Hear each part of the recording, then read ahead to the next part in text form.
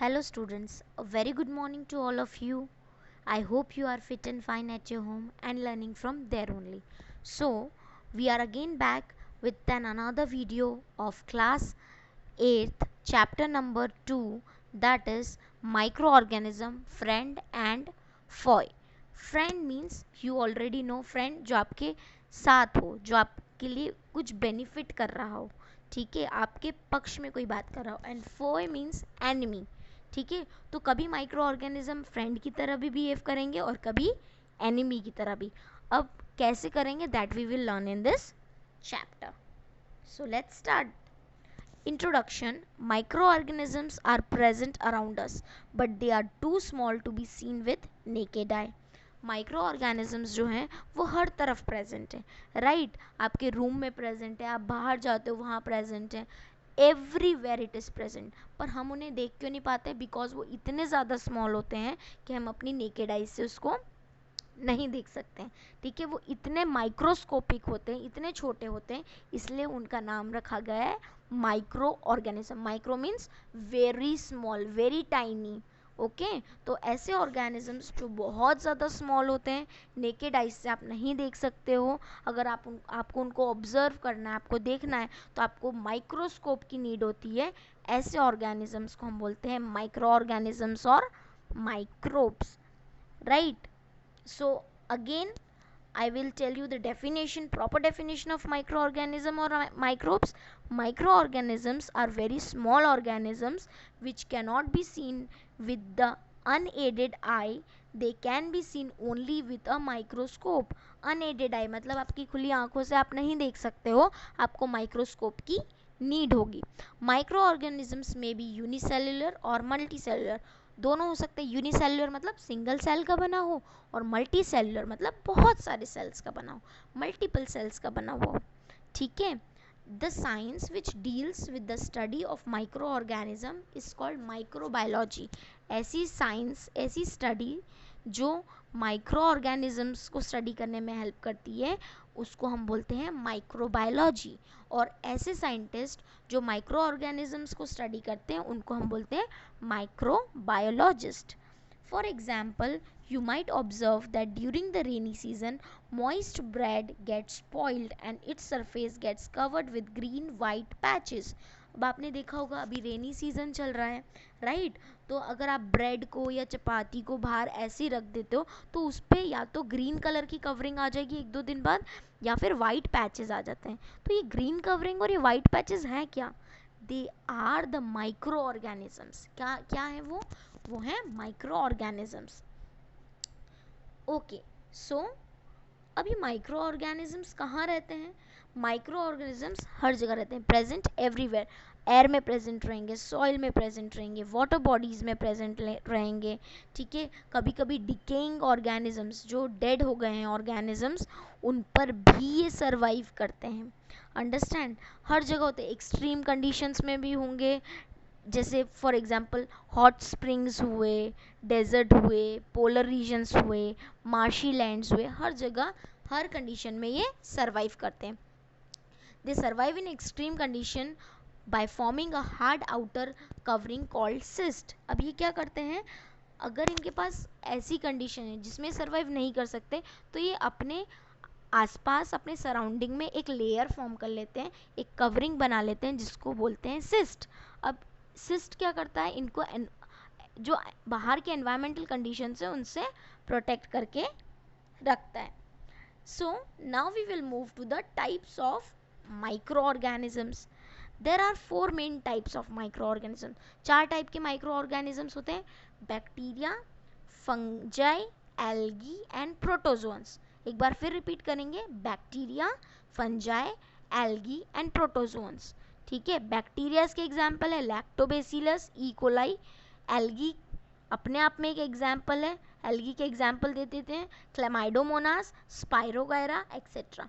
Fungi के example से bread mould, Penicillium, Aspergillus etcetera.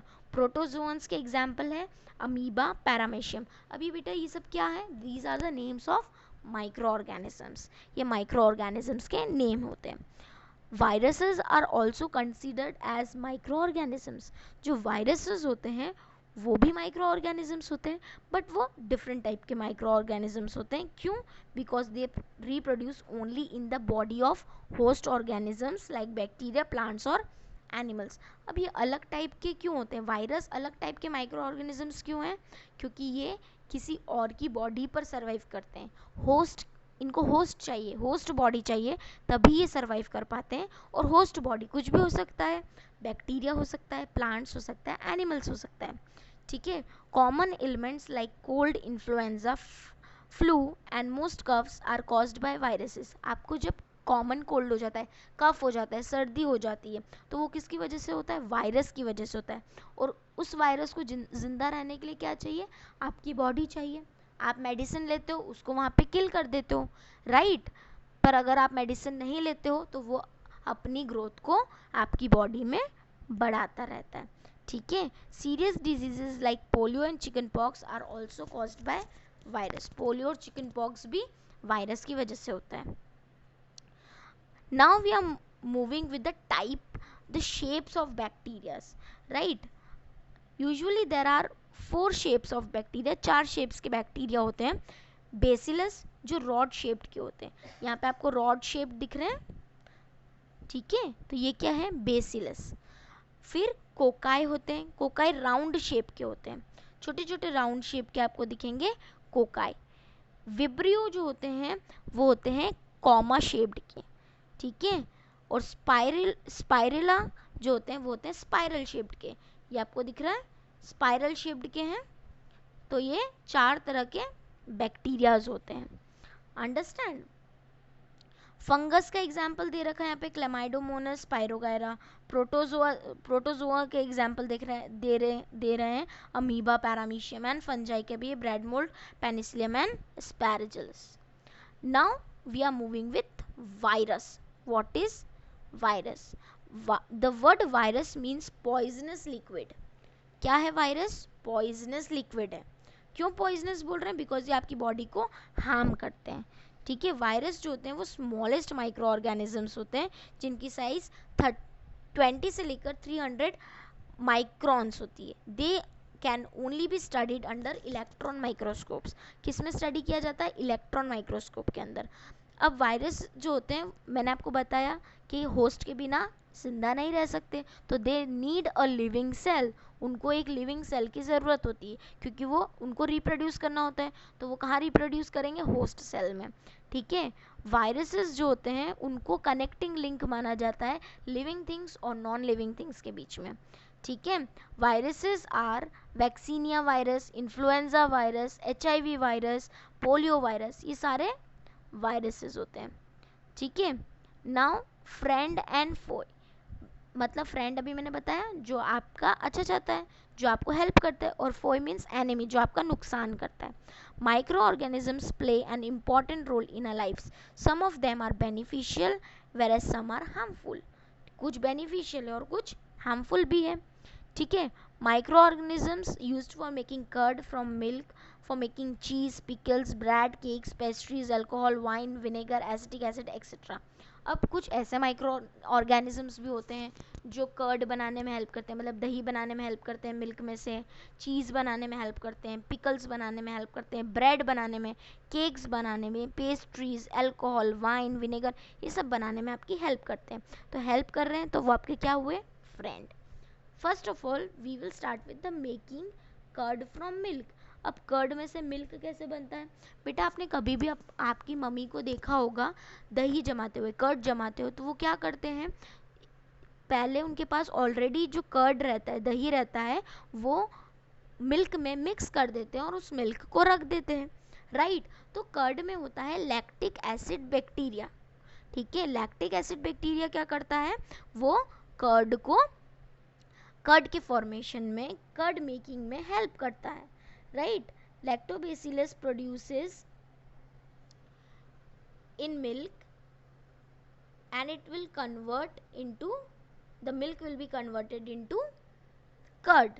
Lactobacillus जो है वो रिप्रोड्यूसेस इन मिल्क. मिल्क में रिप्रोड्यूस करता है, मतलब मिल्क में अपने नंबर ऑफ सेल्स को बढ़ाता है, और मिल्क किस में चेंज हो जाता है? कर्ड में. ब्रेड मेकिंग में हेल्प करता है, ब्रेड मेकिंग में कैसे हेल्प करेंगे माइक्रो ऑर्गेनिज्म? जो फंगस रहता है, ईस्ट रहता है, आपने कभी देखा होगा केक मेकिंग में ईस्ट यूज़ होता है। ईस्ट क्यों यूज़ होता है? बिकॉज ईस्ट जो रहता है वो हेल्प करता है, जो फ्लोर होता है, डो होता है, उसको, उसमें क्या प्रोड्यूस करता है? कार्बन डाइऑक्साइड प्रोड्यूस करता है ड्यूरिंग रेस्पिरेशन प्रोसेस। आया समझ में? Which makes the dough soft, जिसकी वजह से क्या होता है, डो जो होता है, आटा जो होता है वो सॉफ्ट हो जाता है, और उसकी वजह से ब्रेड, केक्स, पेस्ट्रीज जो होते हैं वो बहुत फ्लफी यानी सॉफ्ट बनते हैं। Commercial uses of micro organism, कहाँ पे कमर्शियल मतलब कंपनीज में, ऐसे लार्ज स्केल इंडस्ट्रीज में कहाँ माइक्रो ऑर्गेनिज्म का यूज़ होता है? तो microorganisms are used on large scale production of alcohol. जब भी एल्कोहल का प्रोडक्शन होता है तो ईस्ट यूज़ होता है, राइट? ईस्ट, जो ईस्ट क्या करता है, it will convert the lactic acid into ethanol. Lactic acid को इथेनॉल में चेंज कर देता है।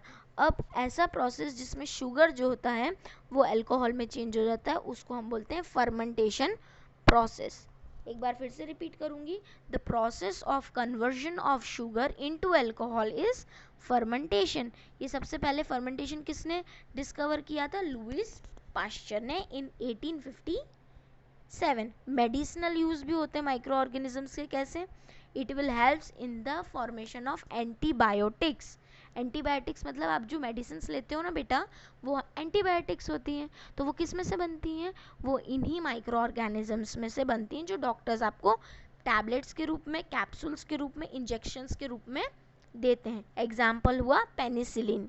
The source of this medicine is microorganisms. Such medicines are called antibiotics. These days, a number of antibiotics are being produced from bacteria and fungi. Streptomycin, tetracycline, and erythromycin are some of the common examples of antibiotics. ये सब किसके examples हैं? Antibiotics के, जो आप usually common cold हुआ या फिर बैक्टीरियल इन्फेक्शन हुआ तब आप लेते हो। दीज मेडिसिन किल और stop the growth of disease causing micro organism. अब ये एंटीबायोटिक्स, ये मेडिसिन क्या करती हैं? ये ग्रोथ को रोक देती हैं। किसकी ग्रोथ को रोकेंगी? उन बैक्टीरियाज की ग्रोथ को रोक देंगी, या उन माइक्रो ऑर्गेनिजम्स की ग्रोथ को रोक देंगी जो आपकी बॉडी को अफेक्ट कर रहे हैं, जिसकी वजह से डिजीज हो रही है। अंडरस्टैंड? अब कुछ प्रिकॉशंस भी होते हैं जो आपको लेने होते हैं जब भी आप मेडिसिन लेते हो, ठीक है? सबसे पहले तो आपको एक क्वालिफाइड डॉक्टर से कंसल्ट करना है, अपनी मर्जी से कोई मेडिसिन नहीं लेनी चाहिए, राइट? जो डॉक्टर आपको एक कोई पर्टिकुलर डोज दे रहा है, फॉर एग्जांपल अगर डॉक्टर ने आपको 3 to 4 डेज़ का प्रिस्क्रिप्शन या मेडिसिन प्रिस्क्राइब की, तो आपको 3-4 डेज़ तक ही लेना है, बीच में उस कोर्स को, उस डोज को छोड़ना नहीं है, ठीक है? ऑल्सो एंटीबायोटिक्स हैव अननेसेसरली में kill the beneficial bacteria in the body. अगर आप हर बात पे एंटीबायोटिक्स लोगे तो आपकी बॉडी में जो बेनिफिशियरी माइक्रो ऑर्गेनिजम्स हैं, जो आपकी हेल्प करते हैं, वो किल हो जाएंगे, वो मर जाएंगे, right? Antibiotics however are not effective against cold और flu as these caused by virus. जो एंटीबायोटिक्स होती हैं वो वायरस के केस में इफ़ेक्टिव नहीं होती, मतलब कॉमन कोल्ड हुआ या फ्लू हुआ तो उस केसेस में हेल्पफुल नहीं होगी। क्यों? बिकॉज वो तो वायरस की वजह से होता है, और एंटीबायोटिक्स किसके अगेंस्ट में काम करती है? बैक्टीरिया के अगेंस्ट में। Okay students, so this is all about this video. We will continue in our next lecture, and if you have any doubt regarding this topics, you can write in the comment section, and if you are well understood by this video, you can like the video. Thank you so much.